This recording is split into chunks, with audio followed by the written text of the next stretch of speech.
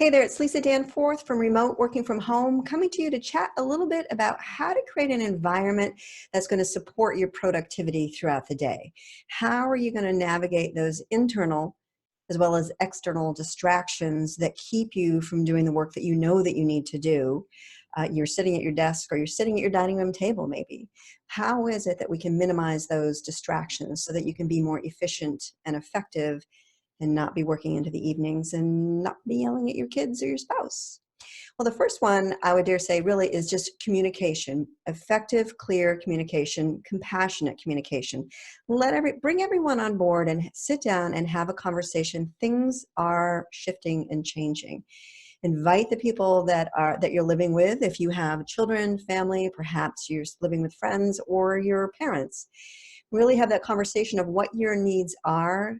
As Brene Brown says, clear is kind, unclear is unkind. And when we have clear, effective communication, you're less apt to be bumping heads and really stressing out. And it's already stressful enough. So let's minimize the amount of negative conversations that can be going on by having those communications, but also establishing boundaries. Now, I'm going to go into each one of those in separate videos as well, but really establishing the boundaries that are going to support you in doing the work that you need to do.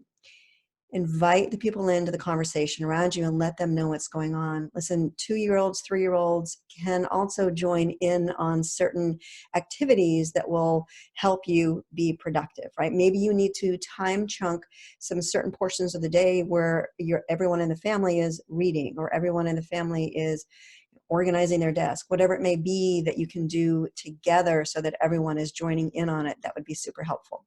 So again, first thing really to do is clear, effective communication. Have those conversations with people and asking them, telling them what you need and asking them what their needs are as well. It's about give and take in these moments. And again, what boundaries are going to support you in really being able to be productive, effective, and keep your relationships healthy.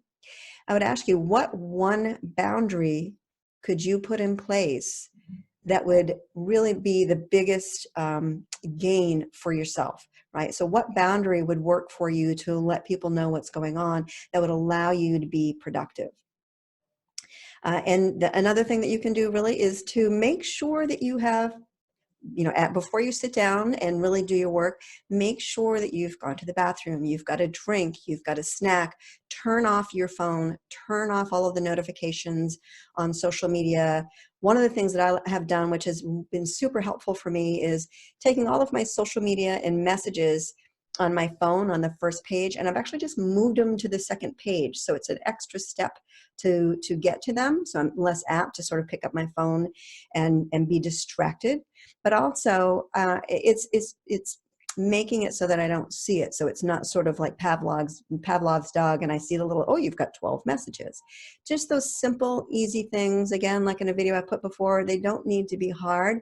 We need to make simple steps right off the bat to be able to stay consistent with it. And then the last thing would really be to have either a sign, maybe if you don't have a doorway, have some sort of a sign. It might be a ribbon tied onto something. It might be a piece of paper. It might be, you come up with something that you can communicate to the people around you that this is mom's time and I'm working, or designate specific time. I'm working from 11 to 1 and you're not to disturb me unless someone's bleeding or something like that. So clearly communicate what's going on, invite people into the conversation, establish some boundaries, truly. Boundaries, when we don't have boundaries is when we get agitated and frustrated, we feel resentful, and that is never good, especially in a time like now where many of us are stuck at home together for hours and hours and hours on end. So be respectful and have those boundaries. I like to say boundary bearing. Be boundary bearing so that everyone knows what to expect. Take care of your space. Get your snack.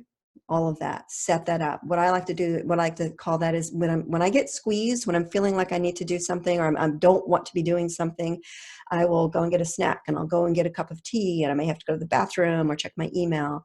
Those are the things that I do when I don't want to be sitting down to doing the work or if there's other distractions. So be aware of what those external distractions are. Take care of them ahead of time so that you can really be effective, productive, and communicative. If you have any questions, please let me know. Please post. These are all very simple steps, very simple things that you can do. But again, please don't discount how the simplicity of things really supports you in being consistent with them and making the impact that you want to make so that you can stay productive, you can stay focused, and you can stay connected with the ones that you love and the ones that you're working in. Thanks so much. Please be sure to lean into that culture of caring and just pay everything forward. Right. Bye.